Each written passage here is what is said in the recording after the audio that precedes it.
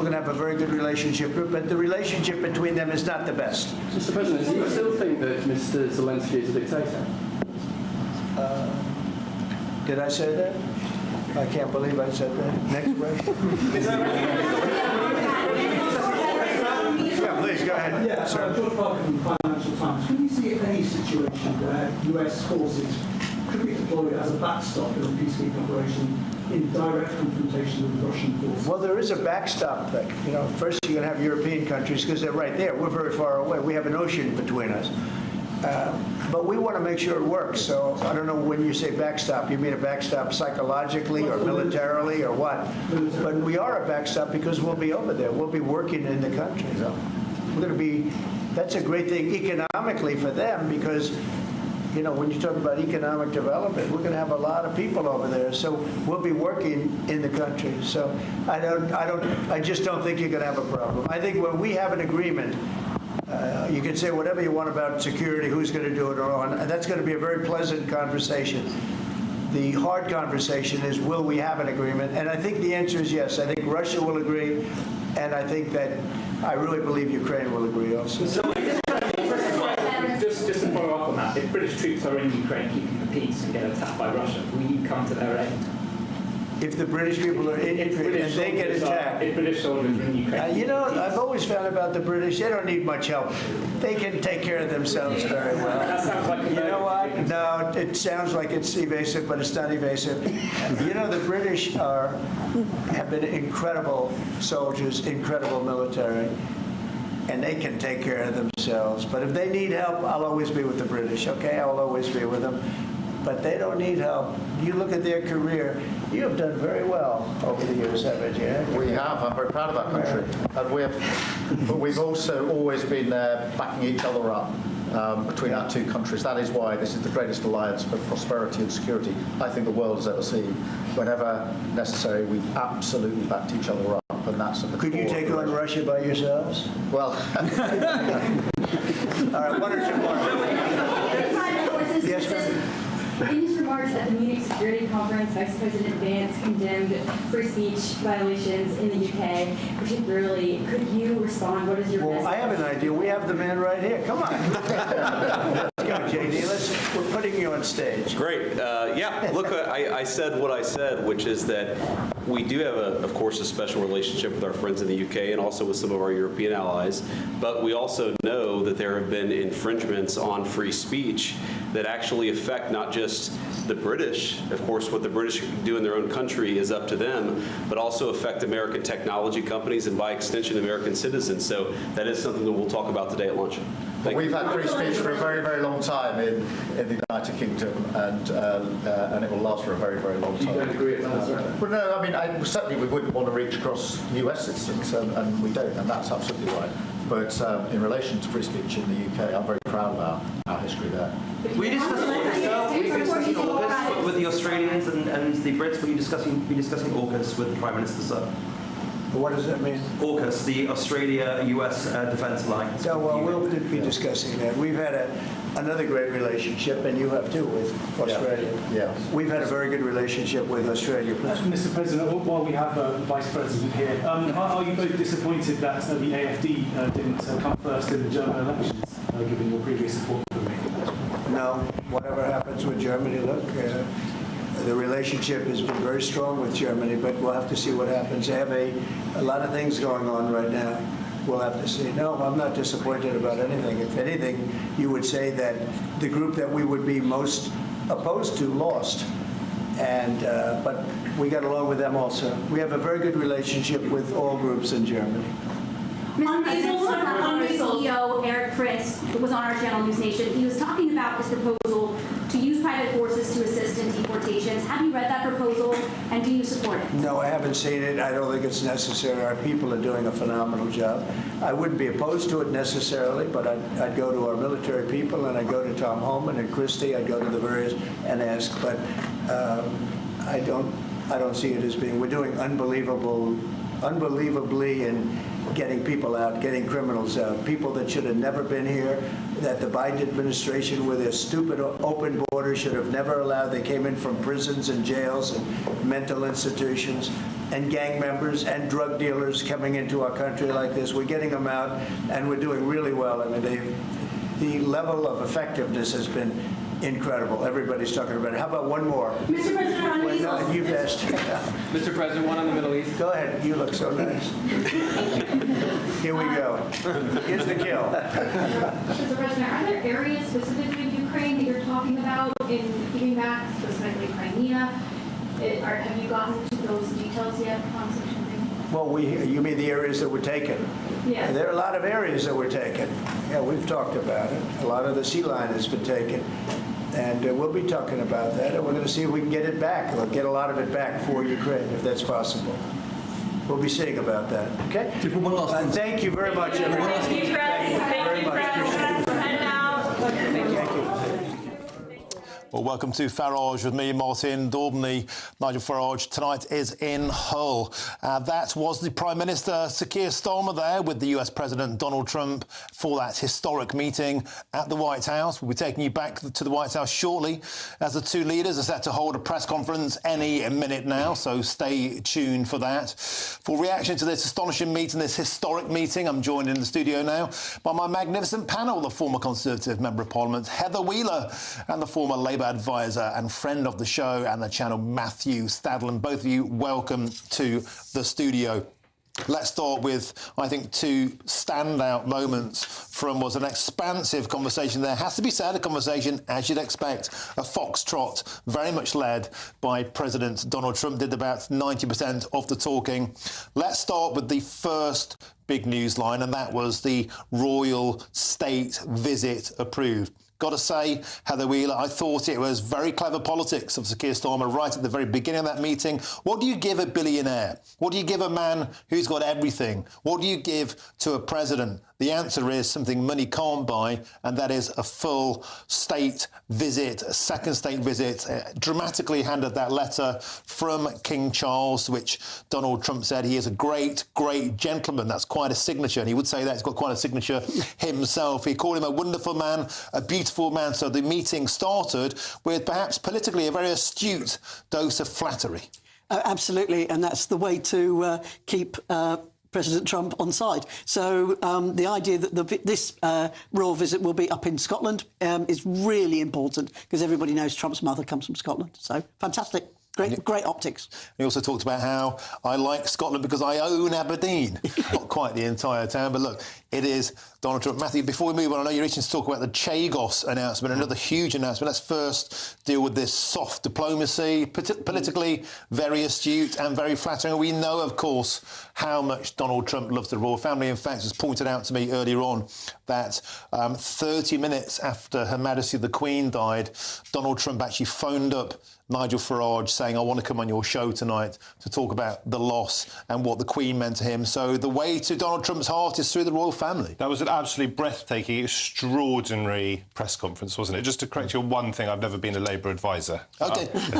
But I would have paid quite a bit of money to watch that, Martin, wouldn't you? I mean, it's extraordinary political theatre after the 10 days or so that we have had, where it has appeared that America is not really our number one ally anymore and has been behaving almost as if it were a hostile power, doing things that a hostile power might do, threatening things, that America might not actually be standing behind us and we're on our own with Europe. Watching that turns that on its head again, because Trump was extremely friendly to Starmer. He clearly has a very, very different view of Starmer to what Elon Musk has of Starmer. I mean, Elon Musk has accused Starmer of being complicit in the rape of Britain over the grooming gangs. Yes. That is an extraordinarily different approach to the one that Trump has taken. On the Chagos Islands specifically, and by the way, yes, I have contempt for Trump. But I thought from a prime ministerial perspective, that was a masterstroke of a press conference to deliver a hand-signed letter from the King, knowing what presses Trump's buttons in a good way, was brilliant. On the Chagos Islands, it is humiliating for the right. Hang on. Before you go into that, let's just go over what Donald Trump actually said about the Chagos Islands. When he was specifically asked about the Chagos Islands by a journalist, he said, we're having a chat about that in a minute. No doubt some more formal announcement will be made at this press conference. Huge, Martin, we're waiting for. I just want to go over the line he actually said. Donald Trump said it's a long lease, a powerful lease. I think we'll be inclined to go along with that deal. So a clear indication there from Donald Trump that despite perhaps what a lot of people are saying, he may rubber stamp the Chagos deal in its existence as it stands now. So look, you've got to be careful with how literally you take Trump. Yes. I mean, in that same press conference, he was asked whether he still thinks that President Zelensky is a dictator, and he said, "Did I really say that? I can't believe I would have said that," which is extraordinary, right? However, it seems almost certain now that Trump, like Biden, will give this deal its backing. It is being taken as fact on social media already. Rupert Lowe, who's a Reform UK MP and is often on this channel, he has been critical of Trump and says he hopes Trump will reconsider this. This is a humiliation for swathes of the right-wing media, for the Tories and for Reform UK, because their attitude was this was a terrible betrayal of our national security. Trump, who a lot of these people in Britain idolise, has said effectively, I back Starmer. We don't know the full details of that yet. And look, as we say, the truth is it can be a shifting sand situation, but it does appear from this, Heather Wheeler, he said, I think we'll be inclined to go along with that deal. The details yet to emerge, but it does seem to be an endorsement of what's on the table at the moment, although we don't know the full details yet. Yeah, I think I'd wait to see the ink dry on the page because that incredible statement when he said, I didn't say that about Zelensky, come on. So I think where everybody says you watch literally every single word he says, give it a week and see if he changes his mind. Guys, so really importantly, though, isn't it, that Trump did not rule out tariffs on the UK. No. Yeah. So we've still got a long way to go yet, haven't That we? is very significant and not good news for us. But if he was prepared to say that he doesn't rule out tariffs for the UK, we probably have to take his word for it on Chagos. That's the logic of it. Well, he'll go to Scotland and then all of a sudden we won't have tariffs on Scotch, will we? Yeah, when he talked about on Brexit, he was asked about Brexit. Was it the right thing to have done? And Donald Trump stood by what he said historically. He said what they did at that moment was the right time. It was the right thing to do. When he was pressed on European Union tariffs, he just said, repeated a previous position. I've had problems with the European Union. They tariffed us in terms of a VAT tariff, $16 billion. He's talking about suing Google. We don't like the way that they're treating our companies. So, Matthew Stadler, it still seems there's a major beef with Brussels. Look, if you were to ask me, I think Brexit has gone very badly wrong. However, those who backed Brexit and still think it's a good idea will be delighted about this, won't they? That Trump seems to be treating the European Union differently from how he is treating us. OK, well, let's go now to the man of the moment, GBNews' political editor, not Donald Trump or Keir Starmer, but Chris Hope, who's in the White House. Chris Hope, we heard you got a question in there. Am I correct in saying that Donald Trump said you've got a very nice, friendly face? Chris Hope, he's seen the light. He's right. You have got a friendly face, mate. Your moment in history is sealed. Martin, he did in fact say I have a very nice face. I don't know why that is. My wife agrees, she tells me. That's quite a relief for me here at the White House. But that's right, a very, very newsworthy huddle there, a kind of room, 30 minutes of questioning of Donald Trump with Sir Keir Starmer. I thought the pair looked very relaxed together. There was none of this kind of fake, I thought a bit of fake bromance that you saw with Macron and Trump back on Monday. But so many different news lines. Let's start with the top one, probably, is that Trump is set to visit the UK twice in probably the next 2 or 3 years. Wants to go to Balmoral to plan a state visit to Windsor with the King. So that looks like it may be, again, not confirmed. It could be this year in August when the King is up in Balmoral, and maybe next year the state visit. We're going to see a lot of Donald Trump on GB News over the next few months and years. This invitation for a second state visit from the King was given to Sir Keir Starmer in the Oval Office. The PM said at the time, this has never happened before. It's never happened before that a head of state has been given 2 state visits. A very, very big deal. Looking to Ukraine, Of course, Zelensky is here tomorrow. He's then due in London to meet with European leaders on Sunday. Very, very quickly, it looks like the war in Ukraine is coming to an end. Trump, as he said, he's bringing peace to that 3-year conflict. The terms, though, are yet to be agreed. Now, it looks like we'll see Zelensky agree the terms of a minerals deal for the US. That gives the US a stake in a peaceable Ukraine. On the issue, though, of how that will be landing with Russia, he said that was asked directly, would you come to the UK's aid if the UK had peacekeepers keeping the peace in Ukraine? Trump said the UK can look after itself, he said, but also he said that he will always have the back of the UK, suggesting that the special relationship means he will always be looking after the UK. Now, we've been briefed earlier that it looks like the UK would like some form of oversight from some kind of from the air, some kind of support from the US that way, but it looks unlikely that there'll be US troops on the ground as part of this peace deal. He denied saying Zelensky was a dictator. Of course, he did say Zelensky was a dictator. He was kind of half smiling as he said that. I was struck by, when you see Trump in person, and on a personal note, he is quite a warm figure. He's quite warm. He's got a glint in his eye. He grins, and it's interesting. It is fascinating. He's not the kind of more the hostile figure which you do get on the TV, I think. But when you're with him in the room, it feels more warm than otherwise. And just finally on Chagos, his vexed deal to hand over the Chagos Islands to Mauritius. It looks like Sir Keir Starmer will get his way on that.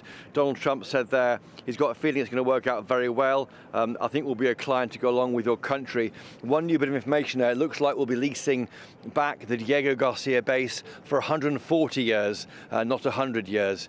Also, other remarks in there, in this packed briefing there, was he admired Sir Keir Starmer's wife, Lady Starmer, and Sir Keir Starmer agreed with that. He certainly did, and he admired you, Chris. He's a man with a very varied palate, shall we say. But on that, when he was pushed on that point, Chris Hope, when he was pushed on that point about what would a deal look like between British forces and American forces in terms of peacekeeping, Donald Trump was very quick to step in. He said, "I don't like to talk about peacekeeping until we've done a deal." He said, "Keeping the peace is the easy bit. Getting the deal is the hard bit." So still keeping Keir Starmer's expectations in check on that specific point. Well, exactly. I think a key point, almost a throwaway line, was as part of the talks, he says that we can get some land back from Russia-controlled Ukraine. That is a key part of it. About a fifth of Ukraine is currently under the yoke of the Russian invaders. Now, he is saying there in terms that as part of this peace deal, he'll try and seek to get some land returned. How far that goes, whether it goes all the way back to Crimea, taken under force by Russia back in 2014, is unlikely. But if any land can be returned to Ukraine as part of this deal,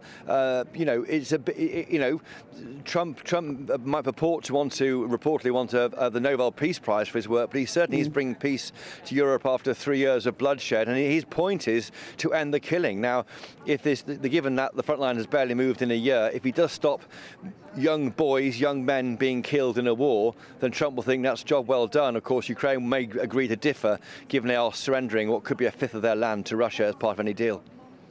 Now, Chris Hope, Sir Keir Starmer flattered Donald Trump by getting a royal visit. And, of course, we know how much the royal family means to Donald Trump. He flattered you by saying you got a beautiful face. Donald Trump flattered Sir Keir Starmer by saying he got a beautiful wife. Chris, I always ask you in these circumstances, you were there, you could see many things that the cameras can't. David Lammy was also sat there, didn't say a peep. He looked like a bit of a rabbit in the headlights. Was Peter Mandelson also in the room? And as a body language reader, how do you think that meeting went in terms of the expectations, the fear, the terror beforehand? Do you think that Sir Keir Starmer and his team will feel that was a job well done?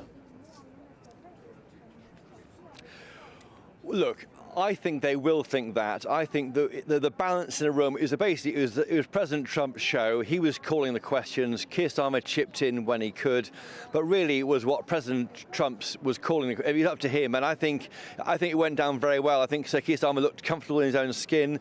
He wasn't trying to do fake grabbing knees, grabbing hands, almost of wrestling with Trump, as we saw that with President Macron on Monday. That may be because in international affairs, says, the head of state is more important than a prime minister. So Macron and Trump are on equal terms in terms of level pegging, whereas Sir Keir Starmer is not a head of state, he's a prime minister, and that means he's not quite as important as Macron would see himself. But I think it was there was warmth in the room. We're yet to find out what presents they shared. They're having lunch now in the White House. There'll be a press conference coming. We were expecting that to start at 7 p.m. your time, but we're well after that now. So keep tuned to GB News, and we'll see more of the bromance take place there. But my question, when I asked it, was, you know, on a personal level, do you get on? Because you come from different political traditions, and the answer was very interesting. I think they both agree in public service. They both agree in supporting their countries, and I think that's enough to bring them together. And don't forget, we've seen before, you know, Tony Blair, a Labour Prime Minister, getting well with George Bush, a Republican president, to the extent the fact that Blair was called Bush's poodle at one point, so it can go the wrong way. But I think Starmer looked quite comfortable in his own skin. He wasn't trying to outshine Donald Trump. I guess Trump liked that, and it kind of worked. Yeah, I think you're absolutely right. Sir Keir Starmer let Donald Trump lead that foxtrot. It was his turf, his dance, his terms. And at the end of that, he said he loves his country, and so do I. We like each other. And then he said, once again, for posterity's sake, you have a nice, friendly face. And his eyes locked with yours, Chris Hope. Your position in history is sealed. Well done, mate. Yeah. Fantastic. Speak to you again later in the show. Great work, Chris Hope there in the White House. Now, to continue this conversation, I'm joined now by the host of Politics podcast, Justin Young. Justin, thank you for waiting patiently while I had a bit of bromance myself there with Chris Hope. I'm missing him. Right, back to the serious business of international politics. A lot of people in Britain were thinking that it doesn't really matter what Sir Keir Starmer says. Donald Trump is leading this show. He was very, very rambunctious yesterday at that cabinet meeting, setting out, we are the pot of gold. Anybody who defies us will go cold turkey on them. But is this the way he operates? He offers the fire, the brimstone, and then when you're having the fireside chat, he turns on the charm. Well, you have to look no further than the comment that is making ripples currently on social media, which is his tough talk with Volodymyr Zelensky of Ukraine, which he was a dictator last week. I was speculating on my show for the last week and a half that we were probably going to see by the time that Friday rolls around and a mineral deal is signed, that Volodymyr Zelensky will be a very, very brave man who largely stood up for his people and will be heralded as a hero in Ukraine forevermore. And we saw the beginning of that as he walked back his dictator comment with the very shy and bemused, "Oh, did I say that?" Yeah, maybe he'll blame it on an aide. You know, the same way that Rachel Reeves was blaming aides for her CV magically changing.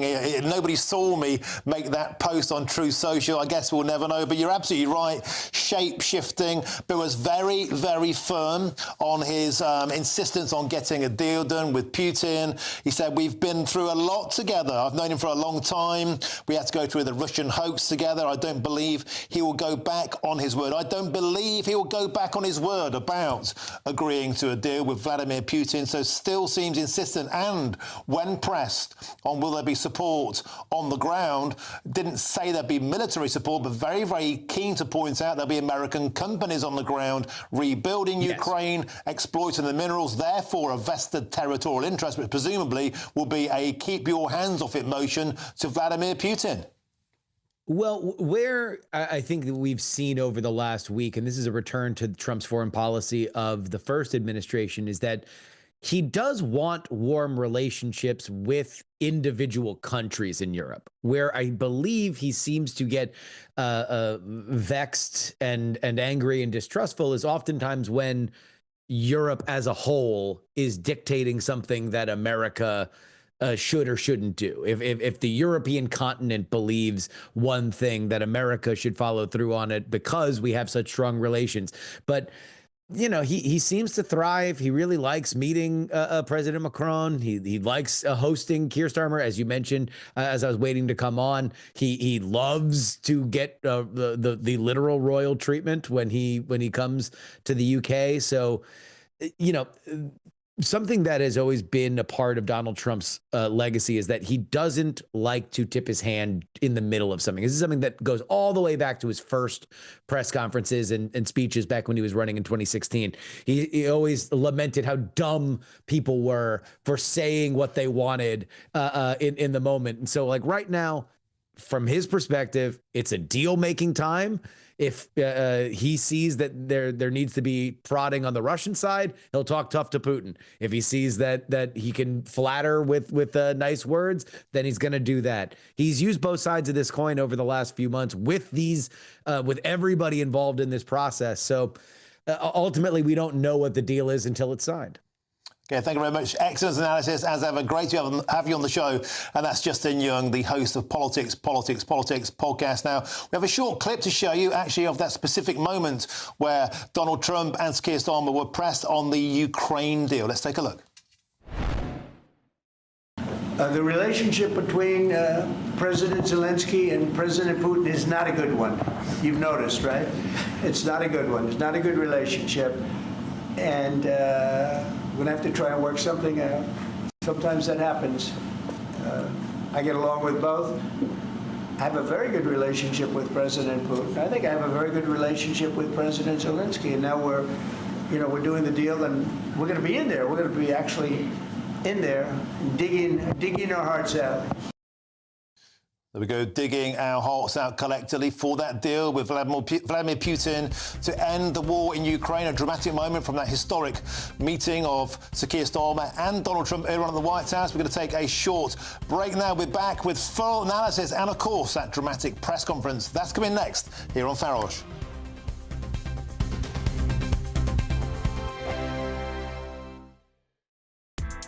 Join me, Nana Akwe, for an informative, interactive news programme with a difference.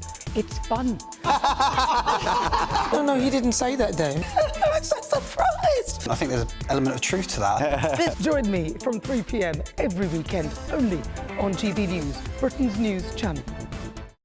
I'm Michael Portillo. This is GB News, Britain's news channel. GB News Breakfast. Every day from 6 a.m. We featured the hunt for Piglet, the Chihuahua, who vanished after a burglary on a canal boat in Uxbridge last March. Well, his owner, Mel, desperate to be reunited, has recruited the services of pet detective Colin Butcher. And what is a pet detective, Colin? The best way to describe it is I'm a private detective, but I only specialise in animal cases. And do you ever have to deal with dog abductions? We know that they're happening more and more now, aren't they? They happen very frequently, unfortunately. Yeah, I'm not a big fan of the Pet Abduction Act. I still class them as dog thefts, because that's what they are. Yeah, this came in under the Tories, didn't it, in August. So a lot of people wouldn't be aware of this, that it wasn't actually a crime, was it? To steal a dog or cat. And animals were treated as an item of property, and there's no consideration whatsoever for the owner's torment and mental anguish, which is considerable when your pet goes missing. Of course it is, Colin. The thing is that if the police treat it like someone's nicked your bike and whatever, that's very unfortunate and you think really bad, but you can always buy a new bike. Yes. What is it like, and you've seen it up close and personal, when people lose something so dear to them? The heart has no way of deciding how much grief and anguish there will be, whether it's a member of your family or whether it's a pet. So you still suffer, but you also have that horrible feeling of guilt that you shouldn't be grieving that way, or you feel guilty that you could have done more before your animal was stolen or went missing. And then there are people thinking, well, it's only a pet. So it's a really, really difficult time for owners. The People's Channel. Headliners on GB News 11 p.m. every night. It's got 3 top comedians going through the next day's newspapers so you don't have to read them, which is great. That's a good point. He's lying. I mean, maybe he's not lying. That's Headliners every night from 11 p.m. and 5 a.m. as well on GB News, Britain's news channel. We're proud to be GB News, the People's Channel, and as you know, we always love to hear your views. Now, there's a new way of getting in touch with us at gbnews.com/yoursay. By commenting, you can be part of a live conversation and join our GB News community. You can even talk to me, Bev Turner, or any of the members of the GB News family.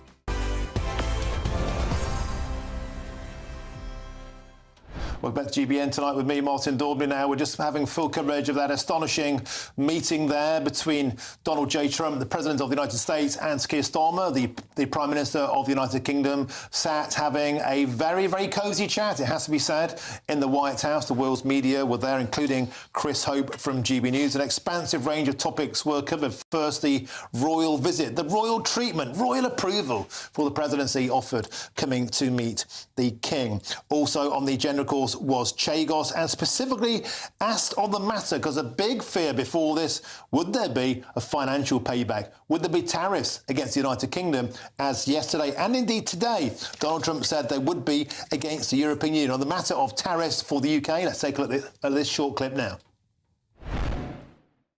But I can say that as far as we're here for a different reason, we're talking about a very different place, and this is some place that I have investments there. I own Turnberry, I own Aberdeen, and I own a great place called Doonbeg in Ireland. So, you know, I have a great warm spot for your country. And our trade, obviously, is fair and balanced, and in fact, you've got a bit of a surplus, so we're in a different position. Interesting. So there we go. So for the moment, at least, it seems that the spectre of specific tariffs on the United Kingdom has been avoided. I'm still joined by Matthew Stadler and Heather Wheeler. Heather, let's come to you first. A lot of people on the political left were saying Donald Trump, he's going to absolutely pile into Britain. We're going to suffer £26 billion worth of tariffs would have been the net result if we'd faced the same treatment as the European Union. But it seems for now he loves Britain. He's got golf courses here. He loves the King. At the moment, it seems as though the UK has dodged the bullet on tariffs. Well, I hope that is the actual outcome. I mean, we remember what he did before, that he did put tariffs on before, and then he had to row back, and we did different negotiations about that at the time. So I'm hoping that realism has kicked in this time round. Matthew Stadler, are you confident that there'll be no economic hit to the UK, at least after what we've seen thus far? We're not confident yet, but I mean, I thought that was the one area Starmer didn't get an outright win from that exchange, because he didn't completely rule it out, did he? Yeah. The tariffs. I mean, he was far harder on the European Union than he was on Britain. And Starmer, of course, holds these cards, because as Trump says, he does own bits of Scotland, and Starmer is able to give him a hand-delivered message letter of invitation from the King. I thought it was clever from Starmer that he said as little as possible,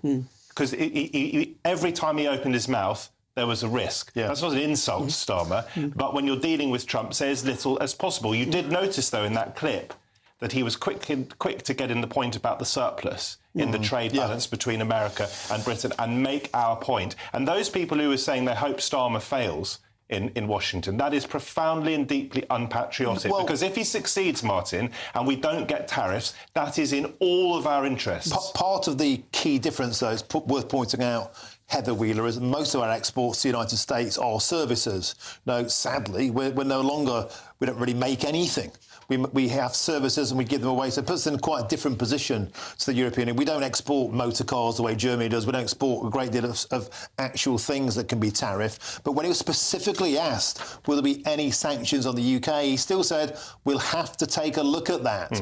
So there wasn't a specific no, there won't be tariffs, we'll have to take a look at that. But there wasn't a mirroring of the position. He doubled down on the tariff position with Mexico, with Canada, and with the European Union. I know. I know I'm talking about relatively niche areas, but the Scottish Whisky Association are absolutely scared witless after what happened last time. So if they're getting the green light on this, that's amazing. And you know, he put tariffs on shortbread, stuff like that, and let alone amazing salmon. So all those things really do matter.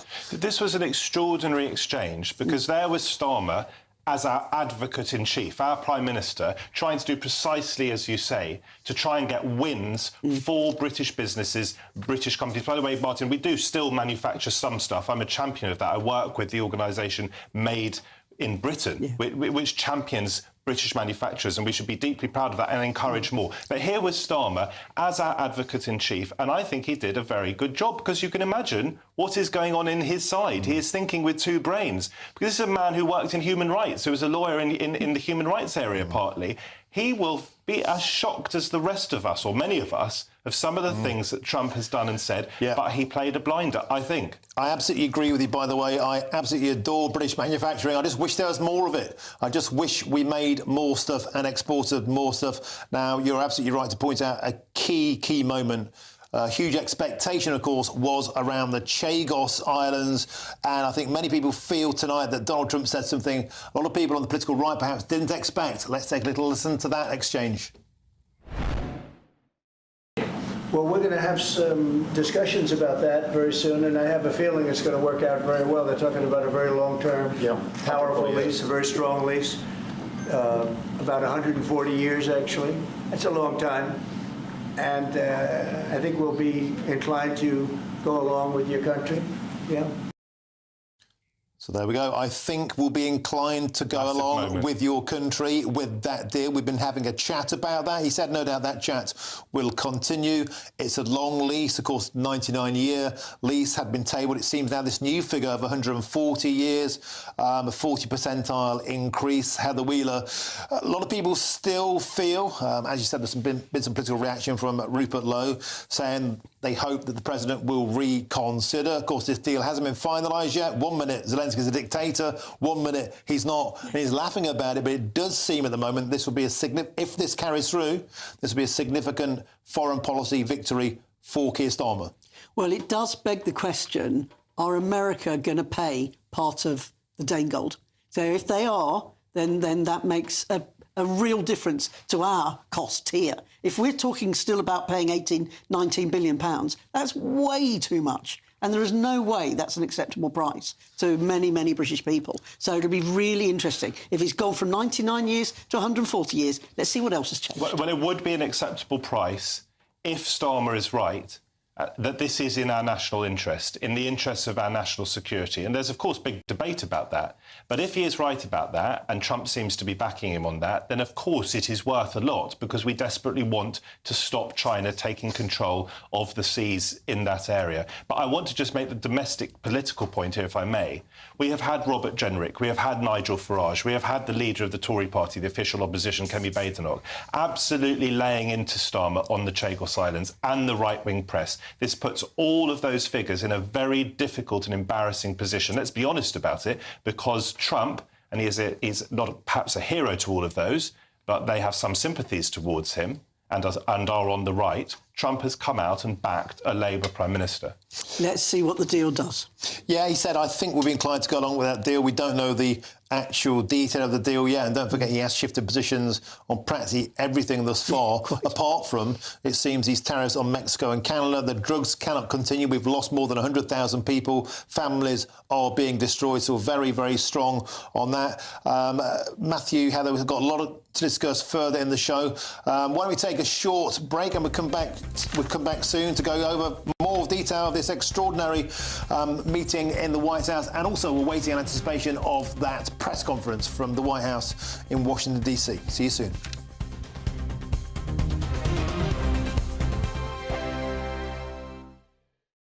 It's Patrick Christie's Tonight, and here we do things differently. It's explaining the absolute madness of this, doesn't it? It's explosive. I mean, this is very good. It's lively. 850. Your government sat there, Sean, and it did nothing. It's controversial. And the Middle East has been in turmoil since before I was born. It's everything you need to kickstart your evening. Everyone's had their Weetabix tonight. I love to see it. That's Patrick Christie's Tonight, weeknights from 9 p.m. Only on GB News, the People's Channel, Britain's news channel.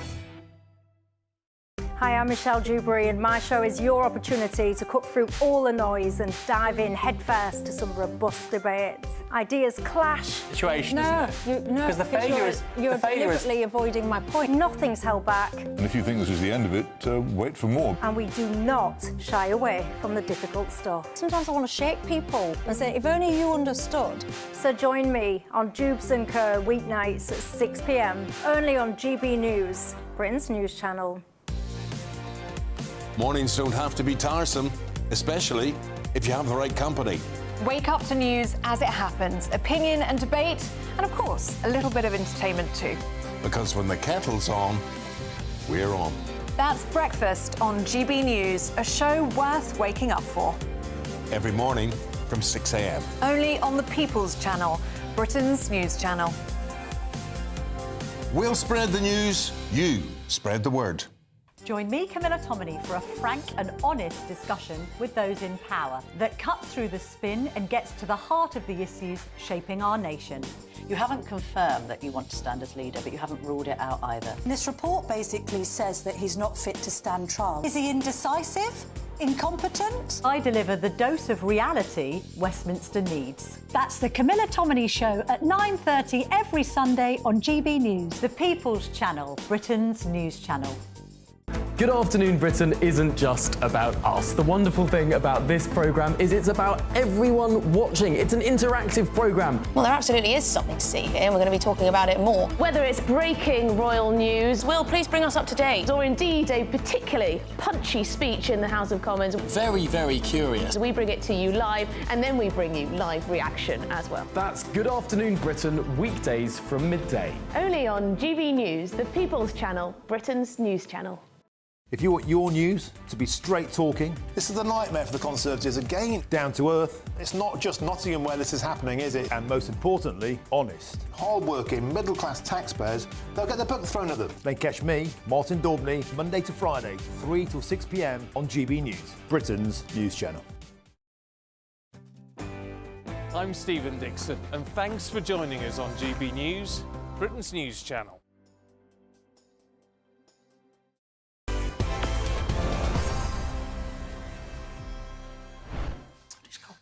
Welcome back to GBN Tonight with me, Martin Daubney. We'll be taking you back to the White House shortly as President Donald J. Trump and our Prime Minister Keir Starmer are set to hold a press conference any moment now. So stay tuned for that, of course. That'll be off the back of that extraordinary fireside chat at the White House. A huge array of talking points, and it certainly got people talking. Got some reaction here from Robert Jenrick, Conservative MP, of course, for Newark. This is about the Chagos Islands. Robert Jenrick made an impassioned video earlier this week setting out why he felt it would be a disaster to give away the Chagos Islands. Mr. Jenrick has just put out on X this comment: surrendering British territory remains an appalling betrayal of the British people. America might think it is their interest, but it is not ours.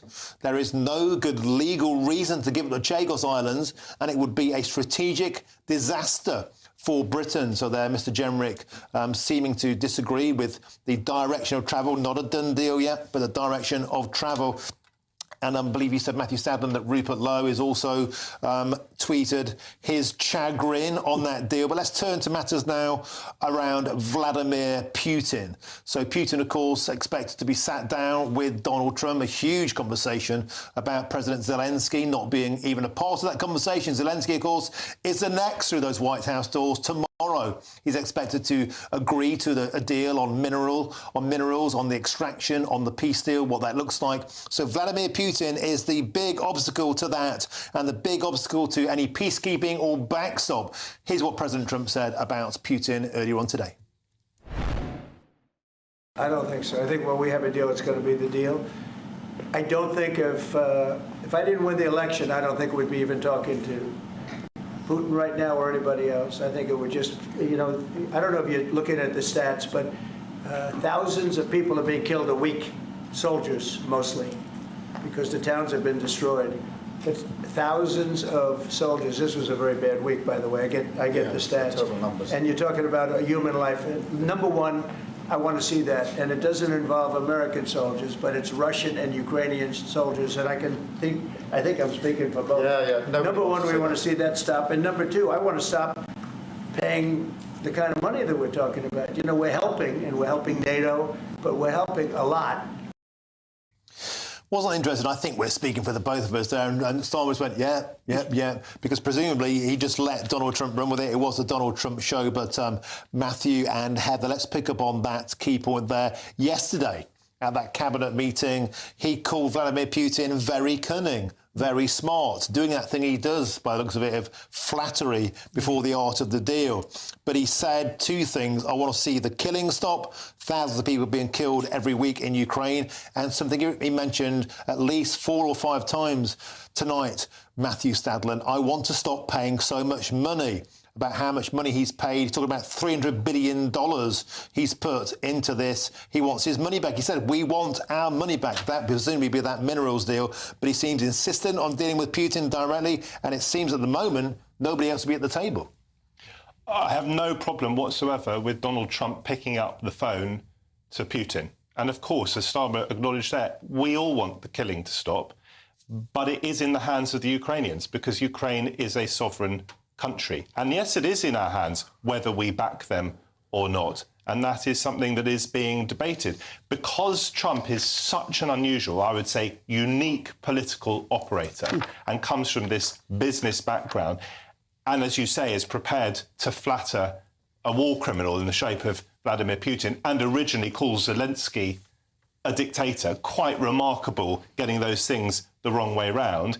It is immensely confusing at the moment to see how this ends up. But my sense is, and correct me if I'm wrong, that Zelensky himself is now starting to talk the language of peace. Well, I think maybe, Heather Wheeler, that's a necessary position to take. We've been speaking to journalists and citizens within Ukraine on shows throughout these past few weeks, and there seems to be a seismic change. There's a weariness. There's a sense that this needs to end economically, militarily, in humanitarian terms. And what was interesting when Sir Keir Starmer was pushed on this alliance, he said, we've had the greatest alliance. He talks about peacekeeping. Donald Trump said peacekeeping is the easy bit. I want to get the deal done first. And then he said, could you take on Russia by yourselves? To Sir Keir Starmer, and Sir Keir Starmer just went, because the answer is no. This is the power play. The basic thing is, without NATO, without America, this won't end, and Donald Trump now is taking a total lead on this. Yeah, and I think one of the interesting things is going to be the deal on critical minerals, because we are desperate for that. The Western world is desperate for that. And they will get dug out by American companies using good, really careful way of dealing with it. Not like sending the children down the mines down in Africa and all the horrendous stories that we hear about that. So I think it'll be a big change. But having those American companies there, America's still going to be in the scene. They're still going to be there. OK, Matthew Heller, thank you very much. We now, I believe, can cross to Nigel Farage, who is on stage in Hull at the Reform Conference there. There were some outside I saw earlier. But you know what? You know what? There's more of us in here than there were of them out there, that's for certain. Anyway, so the European Parliament announced there'd be an emergency debate. I thought, well, this is quite a moment.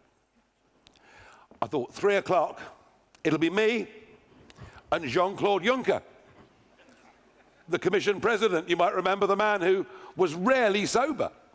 I liked him very much because he made me realise I hadn't got a drink problem, you know. Anyway, so I think, well, I'll get in to the top of the Parliament at about 2.5 minutes to 3. It'll be full, and I can make my modest entrance in, you know. And to my surprise, Juncker was there already, standing in the well of the Parliament.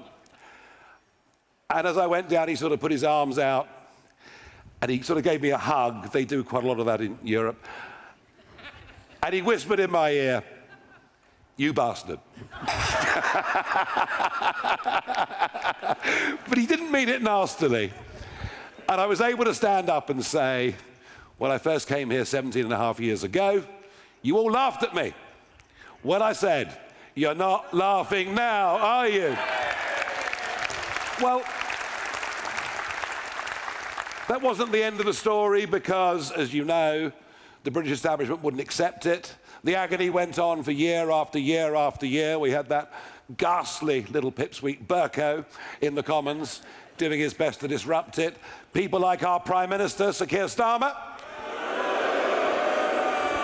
Oh, and I thought Hull was a Labour area. No, you missed the point. was a Labour area. It's going to be a Reform area.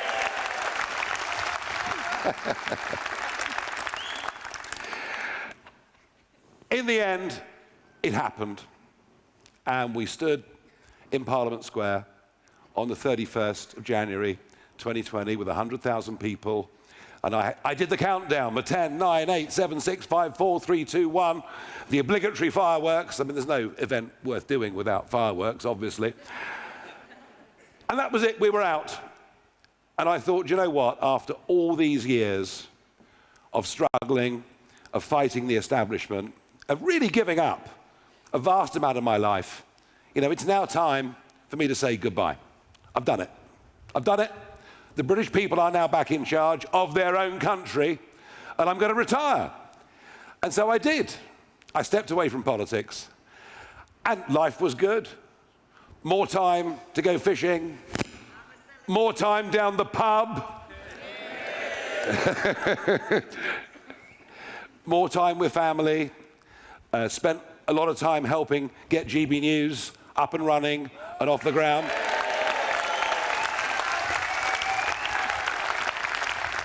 But I just could not abide the fact that whilst we had control of our country back, it was being run by people who frankly didn't believe in the Brexit mission, who told us a total pack of lies and failed to deliver it. And I think that 2019 to 2024 Conservative government goes down perhaps as the most disappointing, the most dishonest government we've ever had in the history of our nation.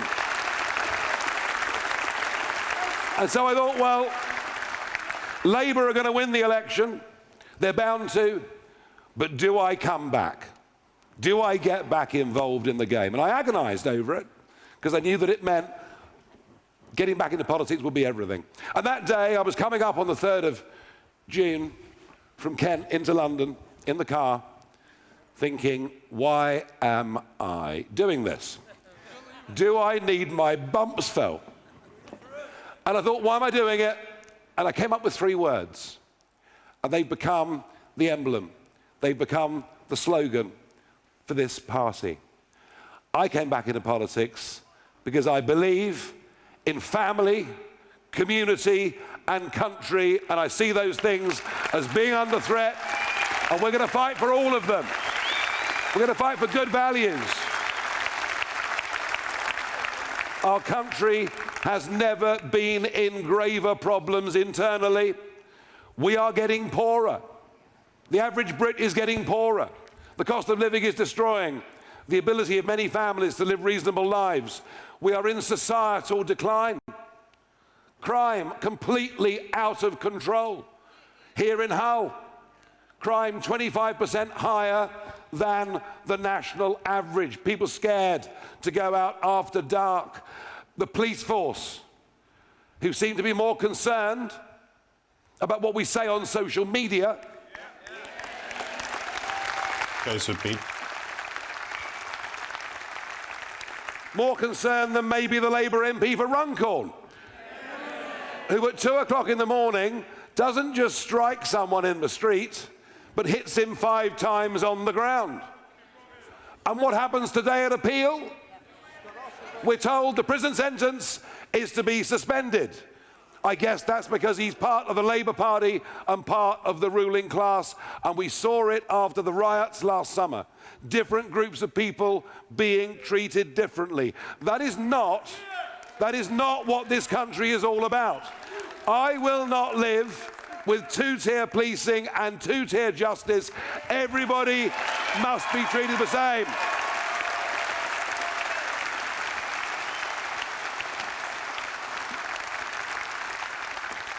And this morning, we've had the immigration figures. Oh, yes. What do they tell us at every election? We're going to drastically reduce the numbers. What do we get today? Well, here's the really shocking thing. There is over 100,000 people claimed asylum in Britain last year, but only 32% of them came on boats. It's mind-blowing, isn't it? The rest have come in the back of lorries, The rest have come and overstayed their welcome. Some have come as students, and they all give a reason for claiming asylum. The boats are a massive problem, and they highlight the unfairness of what is going on in this country. I was checking in at Heathrow last week. I was off to America for a couple of days. I've got a friend over there that's doing all right.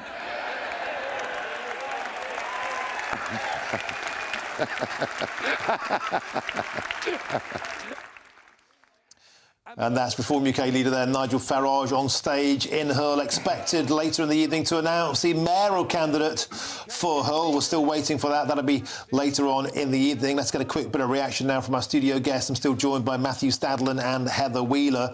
Matthew Stadlen, the comedy pantomime villain, often at these events. It may be Sadiq Khan, it may be John Burko, maybe Gary Lineker. Tonight it was Sir Keir Starmer, maybe the toast of the town in Washington, D.C., but in Hull there, Sir Keir Starmer got nothing but a pantomime boo. He said, but I thought Hull was a Labour area. It is going to be a Reform area. So a huge round of applause from the party faithful.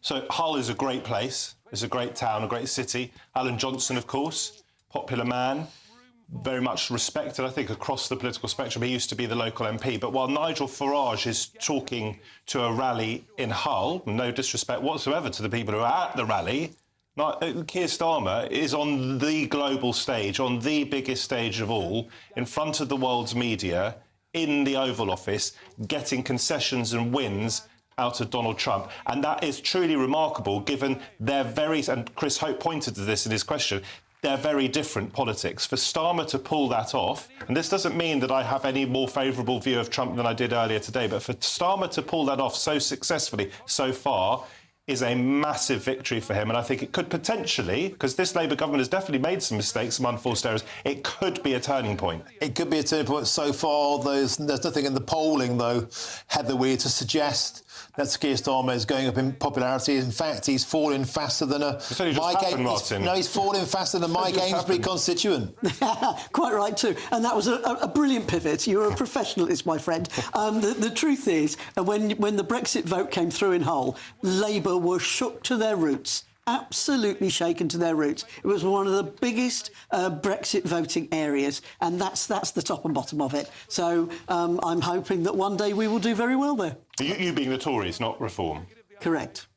I mean, the thing is, though, you say that Sir Keir Starmer is doing well in Washington. Of course, elections aren't won, international elections are won domestically. This is the dirty reality of politics, getting out there in places like Hull, trying to turn seats around. That's important too. Nigel was making some after-dinner jokes there. Think of the Falkland Islands. You're a student of British history. Margaret Thatcher managed to turn her popularity around over Falklands on the international stage. Starmer's performance today is not like that. You can't compare. You cannot compare what happened today to the Falklands. Don't win elections on foreign policy. We have to leave it there. Thank you very, very much, Heather Wheeler and Matthew Stadlen. An excellent show tonight. Thank you very, very much for being here and joining me in the studio. Next is State of the Nation, and that's with Matt Goodwin. Thank you for your company. I'll be back tomorrow at 3 o'clock. First, though, here's your weather. Have a fantastic evening.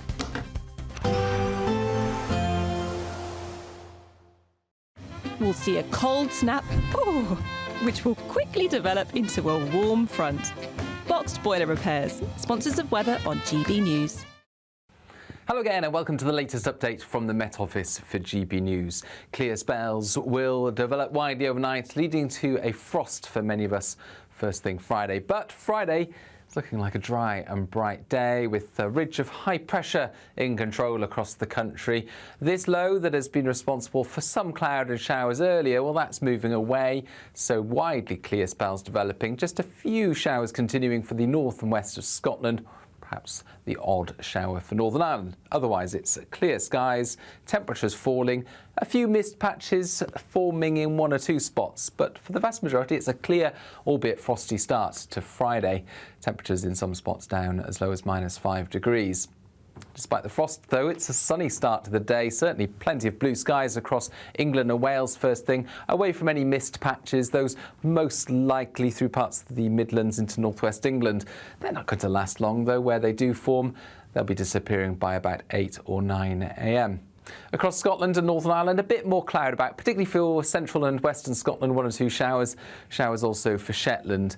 A brisk breeze blowing in the far northwest. That will keep the frost at bay first thing, but it's going to be a fine day wherever you are. Certainly through the morning, plenty of sunshine. I think fair weather cloud will build into the afternoon, and the odd shower still possible in 1 or 2 spots. But for the vast majority, it's dry, it's bright, sunny spells, light winds, feeling very pleasant, 9 or 10 Celsius.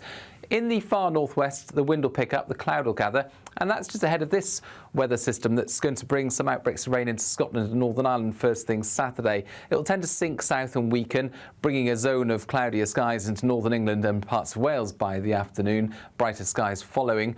And really, it's a similar theme for the rest of the weekend. Weak weather fronts bringing some cloud and some rain, but for most, it's going to stay dry and bright.